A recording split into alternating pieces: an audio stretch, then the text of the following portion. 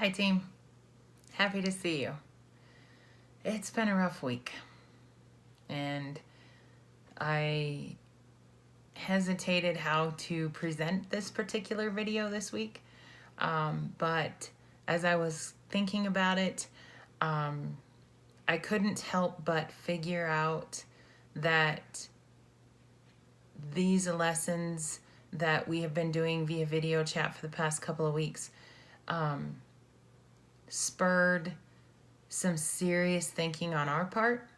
It spurred us to empower our kids, and in some way other than earthly, I think that this lesson was brought to us for a purpose.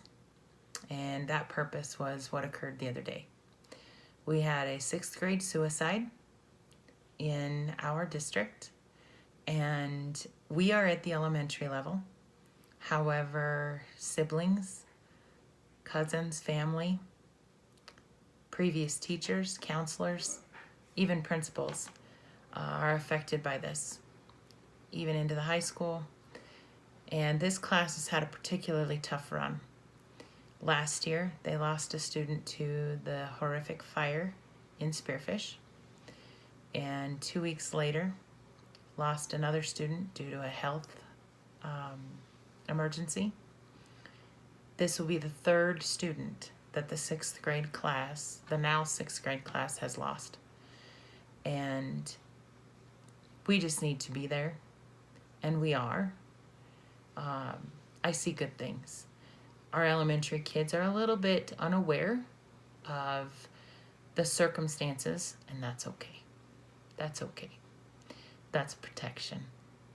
I want to honor his memory and honor him by continuing this series, because resiliency is what we're going to need in the coming weeks and months as we grow, as we heal, as we help our students heal, our own children that may have been affected, as classmates, families, and friends. Thoughts and prayers out to that family and all of their friends, of course.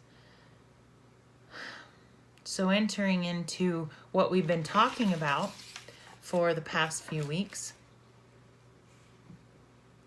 ironically enough, is resiliency. I'm not just talking about resiliency in our students. I really want to talk and pause a little bit about resiliency in ourselves. And we'll talk about pride a little bit, but I really want to hit home on the resiliency and make sure that we don't lose sight of the topics that we've already covered, because we can so apply them in this instance.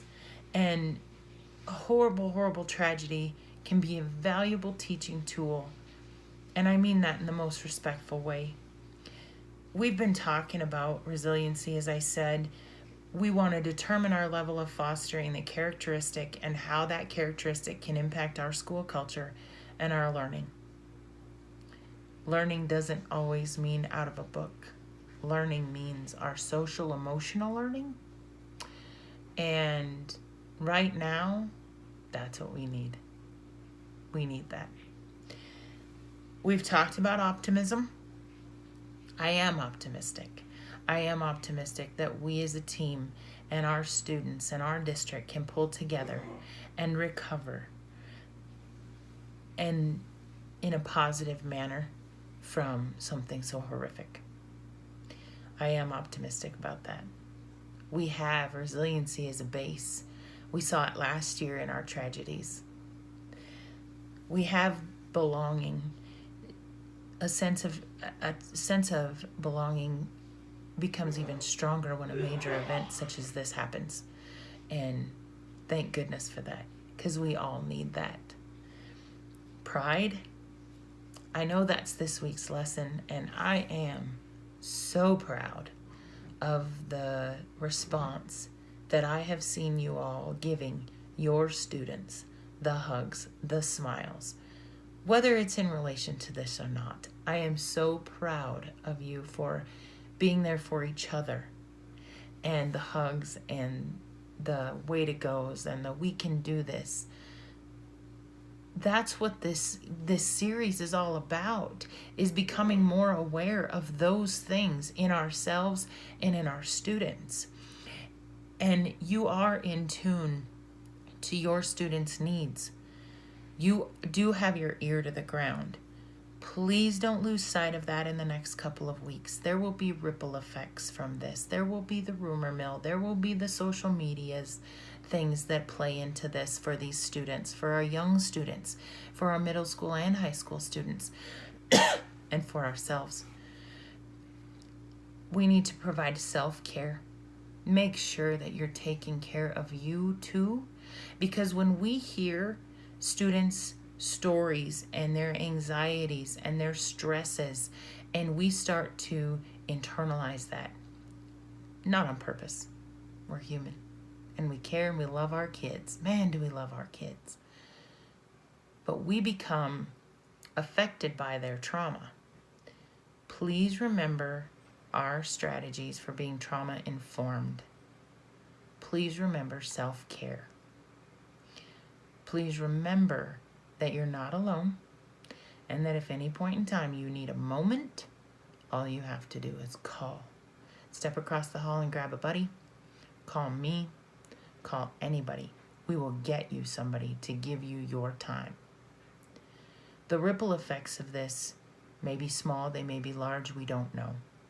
But please keep your ear to the ground in our building, in our district, sporting events, anywhere kids gather, social media events, social media talk, Snapchat, Instagram, Facebook, the whole thing. All of the ones that I'm not even listing, and we know there are hundreds.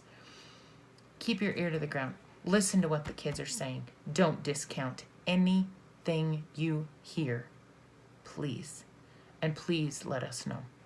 Please let administration know. And please take care of yourselves. It's important because we have hundreds to take care of. And you can't take care of any of them until you take care of you. That's where I'm going to sign off this week, and we'll continue Pride and Purpose, our last two events after Easter break. Thank you for your time. Remember to take time this weekend to reflect, to pause, and take a break from the brain work. Take a break from that. My thoughts are with you all. We can do this. We are a family like no other, and I am certainly proud to be part. Thank you. Have a blessed week.